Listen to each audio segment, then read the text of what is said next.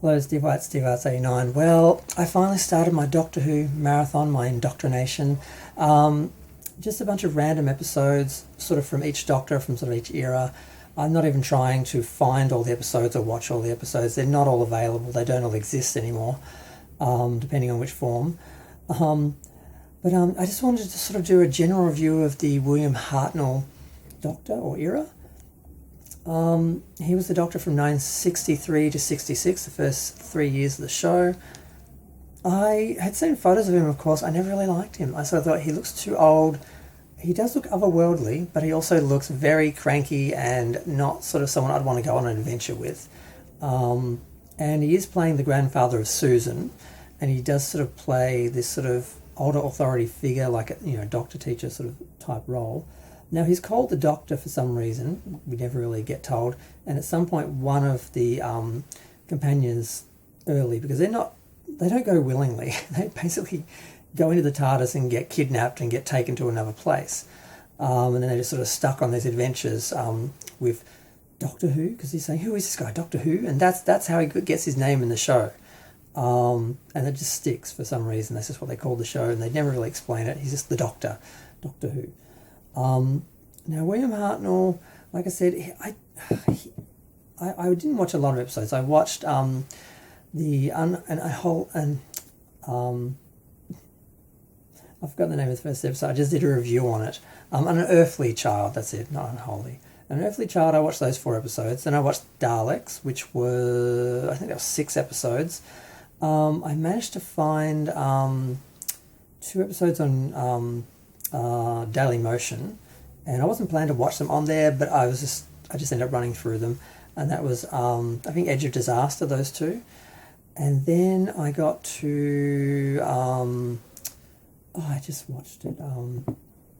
I should have written down the name, but I only had 3 stories basically, 4 if you count the 2 episodes on Daily Motion, and 2 of them were kind of prehistoric, sort of ancient, sort of civilizations that were dealt with. The second story, of course, the Daleks just Daleks. Was interesting to see the Daleks, to see their first appearance. I've always thought they were spelled Darlek, but it's Dalek, which I discovered recently, Dalek. They're not, I thought they'd be introduced in a bigger way, and I thought they appeared later in the series. I'd always heard that Doctor Who was like a kid show about learning about history by having the Doctor go to these old places, and that was a way to do the show cheaply because they could just use old costumes and that from old period films and stuff. But no, pretty much the first episode, even though they're dealing with prehistoric people, the first story, it's very sci-fi, and the second story is the Daleks, and it's they go to this planet. It looks like it's been incinerated or something. All the life forms are sort of turned into metal or stone. They find a city. They go to it. They find they've been hurt by radiation. And then there's the whole issue of the Daleks feeding on radiation, which is killing the people on the planet. But they have found medicine to save themselves. So they help, the Doctor and Susan and the 2 teachers who have sort of been kidnapped to be the companions. I always thought it was just Susan. I didn't realise these teachers were there at all. I saw them in the first episode when I first started watching it and didn't finish it. And I just assumed that once they found Susan or whatever, that they would be left behind on Earth and Susan would go off on the next adventure, and they'd just be standing there going, well, where'd she go? What happened? No, they go into the TARDIS and they get taken. But they are entertaining. They are interesting. Now the third story, because the second story really was just about the Doctor getting... the first story is really just about the Doctor being injured. And it's a very small story, just 2 episodes, and they sort of resolved that fairly easily. It's not hugely complicated. The third story was about an ancient civilization that they stumble across. They go into a tomb.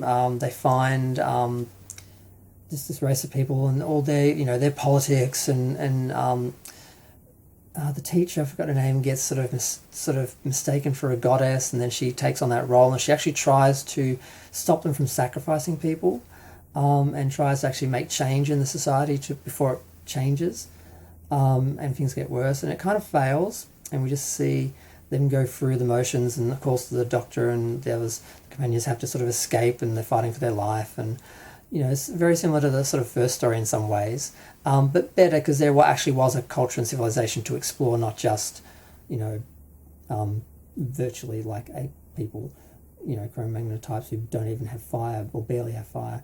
This at least they got to explore that civilization. It was more interesting, but still, I like science fiction going forward, not backwards, and certainly not backwards past eras that I recognise or understand. So yeah, but the Doctor himself, interesting. He gained a little bit of charm through the episodes, but not much. I never found him that likable. He always was that arrogant, overbearing sort of Doctor type, but he sort of softened a bit. But still, I never really understood why they went with that characterization for the Doctor and why they still keep that sort of dark side to him. But yeah, I'm going to go for a few share, like, comment, subscribe. Let me know what you think of William Hartnell and his era of Doctor Who.